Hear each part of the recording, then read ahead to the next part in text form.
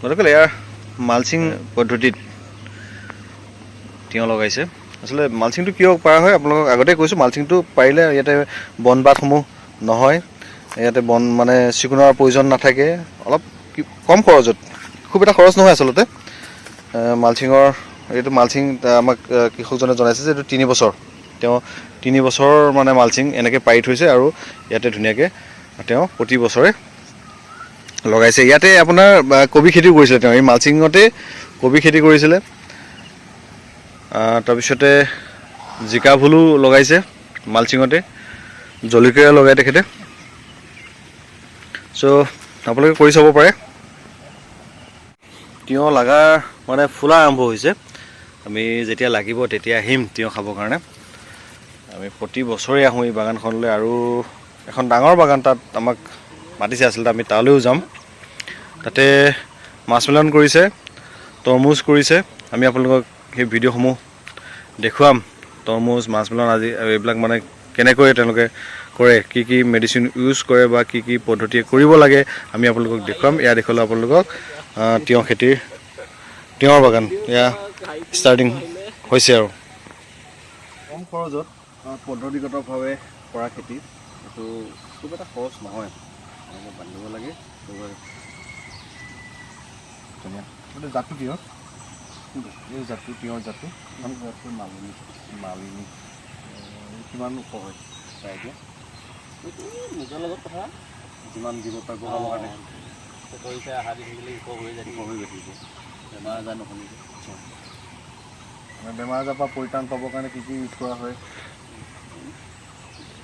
হেৰি মাৰি থাকিব লাগিব ধৰক যেনেকৈ চাফ ইণ্ডোফিল ইণ্ডোফিল বেবিষ্টিল লিডোমিল এনেকৈ মাৰি থাকিব লাগিব 7 দিন 8 দিনৰ মূৰে এতিয়া বেমাৰ আছে আজিকালি ভেকুজনিত বেমাৰটো বেছি লাগে বেক্টেৰিয়া বৰষুণ ঘন হ'লে মানে ইয়াৰ বেমাৰটো বেছি হয় আচ্ছা আমি এটা কথা জানিব বিচাৰিছিলোঁ যে এবিঘা মাটিত কিমান জোপামান তিয়ঁহ লগাব পাৰি মানে এইটো পদ্ধতি 700-800 জোপা এজোপা কেই কেজিমানকৈ দিয়ে আপোনাৰতো যথেষ্ট এক্সপিৰিয়েঞ্চ আছে ন আপোনাৰ বহু বছৰ হ'ল তিয়ঁহ খেতি কৰা অকল তিয়ঁহ খেতি বুলিয়ে নহয় ফুল খেতি বিভিন্ন ধৰণৰ খেতি যিবিলাক মানে শাক চব্জি চব্জি কৰাটো বহুত দিন হ'ল একেডৰা মাটিতে কেইবাটাও খেতি ইয়াতে কবি খেতিও কৰিলে তো আপোনাৰ পৰা সেই জানিব বিচাৰিম যে এজোপা তিয়ঁহ মানে যিটো সুস্থ তিয়ঁহ প্ৰথম তিয়ঁহ এজোপা মানে সুস্থ হ'লেতো হেৰিও সুস্থ হয় লাগনো ভাল হয় গুটিও ভাল হয় গতিকে এজোপা মানে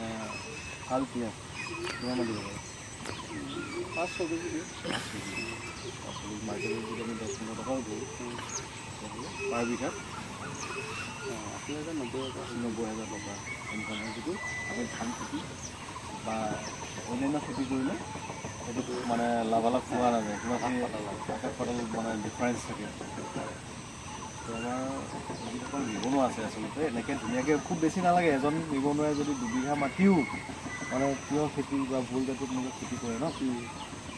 সুফল পাব পাৰে আৰু এই যে আমি ৰছীটো বান্ধি আছোঁ এই ৰছীটো বিঘাত কিমানমান প্ৰয়োজন হয় 4 কিলোমান খৰচ হ'ব 4 কেজিমান খৰচ হয় পাৰ কেজি কিমানমান লয় ৰছী 120 টকা কম দামীটো 120 টকা 120 টকাতে আমাৰ ইমান দামৰটো প্ৰয়োজন নাথাকে ন দামীটো নালাগে ইমান দামী প্ৰয়োজন নাই জাষ্ট ই মানে লতা বগাইহে যাব লাগে ধৰি ৰাখিব লাগে 120 টকাকৈ হ'লে 4 কেজিত আপোনাৰ 480 টকা মানে 500 টকাই ধৰি ল'লোঁ 500 টকাত গোটেই মানে নেটটোত মানে হৈ যায় আৰু বাঁহ এই যে বাঁহ এইটো কেইবছৰ হ'ল আপোনাৰ চাংখন 3 বছৰ ৰানিং এবাৰ খৰচ কৰি 3টা বছৰত আপুনি মানে আৰু এইটো আৰু 1 বছৰ 2 বছৰমান যাব চাগে এইটো মাজে মাজে খোলাই দিলে চলিব মাজে মাজে চেঞ্জ কৰিব লাগিব মানে যিবিলাক নষ্ট হৈ যায় বা পচি যায় এইটো খৰি গছো ইউজ কৰিছে ন খৰি গছটো এবছৰ যায় চাগে খৰি গছটো 2 বছৰ যায় বাপৰে খৰি গছটো 2 বছৰ যায় মানে কম খৰচত আমি পদ্ধতিগতভাৱে কৰিলে আচলতে বন্ধুসকল আমি পদ্ধতিগতভাৱে যদি কৰোঁ কম খৰচত এনেকৈ আমি উন্নয়ন কৰিব পাৰিম আচলতে আমি বেকাৰ বুলি নাভাবি নিজকে আমি যদি ধুনীয়াকৈ এনেকৈ খেতি কৰোঁ কিবা এটা আৰ্নিং এটা কৰিব পাৰোঁ। বন্ধুসকল আজিলৈ ভিডিঅ'টো ইমানেই। পুনৰ লগ পাম এটা নতুন ভিডিঅ'ৰ সৈতে। আজিলৈ আহোঁ, ধন্যবাদ।